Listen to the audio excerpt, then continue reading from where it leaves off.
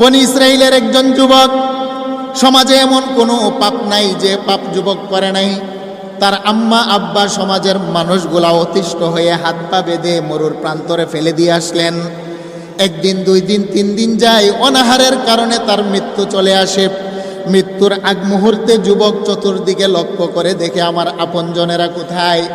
যুবক ডানে তাকায় একবার, বামে তাকায় একবার, পিছনে তাকায় আরেকবার। মাকেও দেখা যায় না, জন্মদাত্রী মা, আমার জন্মদাতা বাবাকেও পাওয়া যায় না, বন্ধু বান্ধব সমাজপতি কাউকে দেখা যায় না। যুবক এবার লক্ষ্য করে দেখলো, মাওলা হে, মরুর প্রান্তরে আপনি ছাড়া তো আমার আপন বলতে কেউ নাই। যাদেরকে আপন বানিয়েছিলাম তারাই হয়ে গেল পর। আর এতদিন যাবৎ আপনাকে পর বানিয়েছিলাম, বুঝে দেখলাম এই মুহূর্তে আপনি আমার আপন। আল্লাহু আকবার। যুবক এবার মনে মনে তওবা করতে লাগলো। যুবক এবার বলে, মাওলা 40 বছরের জীবনে এমন কোনো পাপ নাই যে পাপ করি নাই। আমার পাপের কারণে সমাজের মানুষ হাত পা বেঁধে আমাকে পাহাড়ের পাদদেশে ফেলে গেল। হেরে মাওলা, রুহটা আমার নাকের ডগায়, জানি আমার মরণ হবে, কিন্তু এই মুহূর্তে তোমার কাছে আমি ওয়াদাবদ্ধ হলাম। আমি লক্ষ্য করে দেখলাম তুমি ছাড়া আমার আপন কেউ নাই। যদি তুমি আমাকে মাফ করে দাও, আর কোনোদিন তোমার সাথে আমি কোনোদিন নাফরমানি করব না। আল্লাহু আকবার। যুবক তওবা করলো, খাঁটি তওবা, এটাকে বলা হয় তওবায়ে নাসুহা। আল্লাহ এই কথাটা বললেন, তওবাতান নাসুহা, একাগ্র চিত্তে তোমরা তওবা করো, আমি আল্লাহ মাফ করে দেই। যুবক তওবা করার সাথে সাথে মালাকুল মউত এসে তার রূহটা নিয়ে গেল। 1 দিন যায়, 2 দিন যায়, 3 দিন যায়, যুবকের লাশটা পড়ে আছে। সমাজের কেউ তাকে গোসল করায় না, কাপনও পরায় না, দাফন দেয় না, জানাজার নামাজ পড়ানোর জন্য কেউ আসে না। হাদিস কানা বুখারী। আল্লাহ নবী বলেন, আমার আল্লাহ মুসা পয়গম্বরকে ডেকে বললেন, মুসা, আমার একটা গোলাম ওই যে দেখো পাহাড়ের পাদদেশে পড়ে আছে, তার শরীরের মধ্যে কীরা পোকা ধরেছে, সমাজের কেউ তো তার জানাজার নামাজের জন্য আসে না। হেরে মুসা, নিজ হাতে কূপ থেকে পানি উঠাইয়া গোসল দিবা। হেরে মুসা, নিজের জুব্বা দিয়া তাকে কাপনের কাপন পড়াইবা। হেরে মুসা, নিজে ইমাম হয়ে জানাজার নামাজের ইমামতি করবা। হেরে মুসা, নিজে কবর খনন করে কবরের ভিতরে তাকে দাফন করবা। হে মুসা, জানাজার নামাজ পড়ানোর আগে একটা ঘোষণা দিবা, বনি ইসরাইলের মধ্যে যত মানুষ আমার এই গোলামের জানাজার নামাজে উপস্থিত হবে, সমস্ত মানুষের গুনাহ খাতা আমি আল্লাহ মাফ করে দেব। আল্লাহু আকবার। আমার আল্লাহ এই কথাটাই বললেন, ইয়া আইয়ুহাল্লাযীনা আমানু তুবু ইলাল্লাহি তাওবাতান নাসুহা। হেরে বান্দা, যদি তুমি কলিজা থেকে, অন্তর থেকে তওবা করতে পারো, আমি আল্লাহ তোমার গুনার দিকে তাকাই না, আমি আল্লাহর রহমতের দফতরের দিকে তাকিয়ে একটা মুহূর্ত তোমাকে ক্ষমা করতে বিলম্ব করি না। সুবহানাল্লাহ। মুসা পয়গম্বর দৌড় দিয়ে গেলেন যুবকের নিকটে। গিয়ে দেখেন যুবকের দেহের ভিতরে কীরা পড়ে আছে, যুবকের হাত পা বাঁধা। মুসা পয়গম্বর নিজে কূপ থেকে পানি উঠিয়ে যুবককে গোসল করাইলেন। নিজের জুব্বা দিয়া কাফনের কাপড় তাকে প্যাকেট বানাইয়া মুসা পয়গম্বর জানাজার নামাজ উপস্থিত করে বনি ইসরাইলের ময়দানে গেলেন। গিয়ে ঘোষণা দিলেন, কে আছো আমার পিছনে জানাজার নামাজ পড়বা?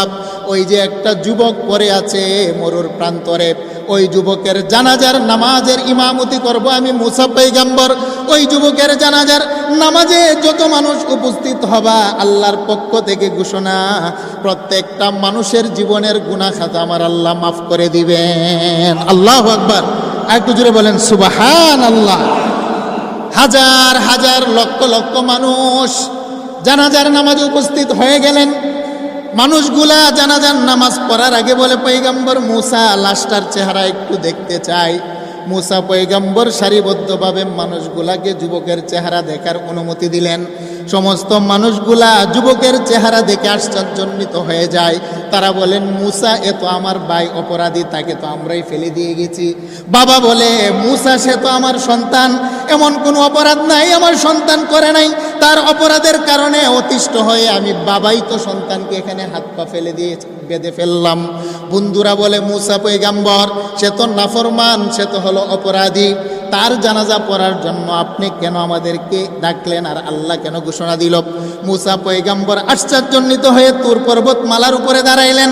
দাঁড়িয়ে বলেন, মাওলা, আমি তো বুঝে আসে না, একটা নাফরমান বাবা তার পাপের সাক্ষী দেয়, বন্ধু বান্ধব তার পাপের সাক্ষী দেয়, তারপরেও কেন তার জানাজার নামাজ পড়াইলে আপনি গুনাহ মাফ করবেন? আমি আপনার একজন নবী, আমাকে কেন পাপিষ্ঠ ব্যক্তির জানাজা পড়ানোর অনুমতি দিলেন? আল্লাহ বলেন, মুসারে প্রশ্ন করো না, মানুষগুলা তো সমাজের মানুষ, তার পাপ দেখেছে, জীবনের শেষ লগ্নে এসে তওবায়ে নাসুহা যে অন্তর থেকে করেছে, সমাজের মানুষ তার কলিজার খবর দেখে নাই। আল্লাহু আকবার বলেন। আল্লাহ বলেন, মুসা লা তাখুযুহু সিনাতুন ওয়ালা নাওম। মানুষ পাপ করার পরে ঘুমিয়ে যায়, মানুষ কি পাপ করছে সে নিজেও জানে না। আরে মুসা, সকালবেলা পাপ করলে বিকাল পর্যন্ত আমি আল্লাহ অপেক্ষা করি, বিকালবেলা পাপ করলে ফজর পর্যন্ত আমি আল্লাহ অপেক্ষা করি। মানুষগুলা ঘুমিয়ে যায়, লা তাখুযুহু সিনাতুন ওয়ালা নাওম। আমি আল্লাহ কিন্তু ঘুমাই না, আমার তন্দ্রা নাই। বান্দা কখন এসে আমার দরবারে নক করে, সেই জন্য তওবার দরজা খোলা রেখে আমি আল্লাহ জাগ্রত থাকি। আল্লাহু আকবার। তুবু ইলাল্লাহি তাওবাতান নাসুহা। হে মুসা, তার মা বাবা আত্মীয় স্বজন হাত পা বেঁধে যখন মরর প্রান্তরে ফেলে দিয়ে গেল, যুবক এদিক সেদিক তাকিয়ে দেখে তার আপনজন কেউ নাই। জীবনের শেষ মুহূর্তে আমি আল্লাহর সাথে ওয়াদাবদ্ধ হলো আর কোনোদিন গুনাহ করবে না। এই বিষয়টার, এই সময়টার জন্য আমি আল্লাহ অপেক্ষা ছিলাম। আমার বান্দা তওবায়ে নাসুহা করতে দেরি, আমি আল্লাহ 40 বছরের গুনাহ খাতা মাফ করতে একটা সেকেন্ডও দেরি করি নাই। সুবহানাল্লাহ। হে মুসা, তুমি বলো না, যার গুনাহ মাফ হয়ে যায় তাকে কি পাপী বলবা নাকি আল্লাহর বন্ধু বলবা? কারণ যার দেহের ভিতরে গুনাহ নাই সে হলো আল্লাহর ওলি, সে হলো আল্লাহর বন্ধু। আল্লাহ বলেন, মুসা, তার জীবনের 40 বছরের গুনাহ যখন আমি আল্লাহ ক্ষমা করে দিলাম, তার তো হাত পা বাঁধা ছিল, একটা গুনাহ করার মতো সাহস আর সুযোগ সে পায় নাই। তাকে মাফ করার পরে আমি আল্লাহ উলির দফতরে তার নাম উঠিয়ে দিলাম। তুমি বলো, যারা উলি হয় তারা হয় আমি আল্লাহর বন্ধু, আর বন্ধুর জানাজার নামাজে যারা উপস্থিত হবে আমি আল্লাহ মেহমানদারি করব তাদের গুনাহ খাতা মাফ করে দিয়ে। আল্লাহু আকবার বলেন। সেই জন্য আল্লাহ বলেন, ইয়া আইয়ুহাল্লাযীনা আমানু তুবু ইলাল্লাহি তাওবাতান নাসুহা। হে পৃথিবীর মানুষ, আমি আল্লাহর 99টা রহমতের উক্ত রমজান মাসে, আর আমি আল্লাহ তওবার দরজা পশ্চিম আকাশে খোলা রেখেছি। গুনাহ করার পরে যদি একাগ্র চিত্তে অন্তর আর কলিজার ভিতর থেকে তুমি যদি খালেস নিয়তে তওবা করতে পারো, তুমি কখনো নিরাশ হবে না। আমি আল্লাহ একটা সেকেন্ডও তোমাকে মাফ করতে বিলম্ব করি না। আল্লাহু আকবার বলেন।